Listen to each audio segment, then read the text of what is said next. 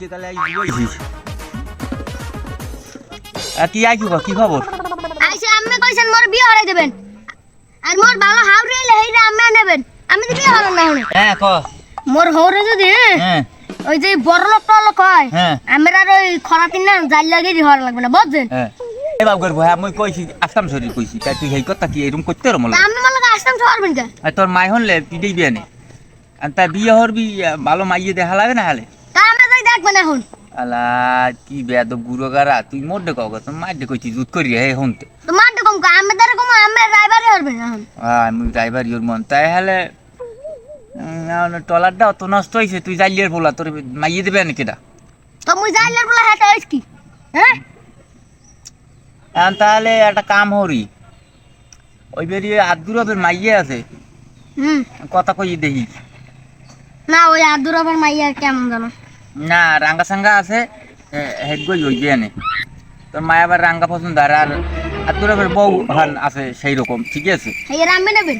মুই নি না না নি সেটা তোর কোনো দরকার নাই তুই বিয়ে হতে চাও যদি বেশি কথা কথালে কিন্তু বিয়ে কি হইবে ওই দিলাম তোরে বিয়ে হরাইয়া মুই তোর হাউরির লাগে যা হরি হরমু তোর মাই জান হন তো না আচ্ছা আসসালামু আলাইকুম মহাজন সাহেব ওয়ালাইকুম আসসালাম আমি আইছি ওই আপনার একটা মেয়ে আছে নাকি মেয়েটা বিয়ে দেবেন আমার ছেলের দিন নিম আমার মেয়ে একটু আছে বিবাহ দিমু কিন্তু ভালো ছেলে লাগবে আপনার ছেলে কিরকম আমি তো জানি না ছেলে দেখতে যদি পছন্দ হয় আপনি কি করেন এই মেয়া মহাজন সাহেব আমরা জাইলেগিরি করি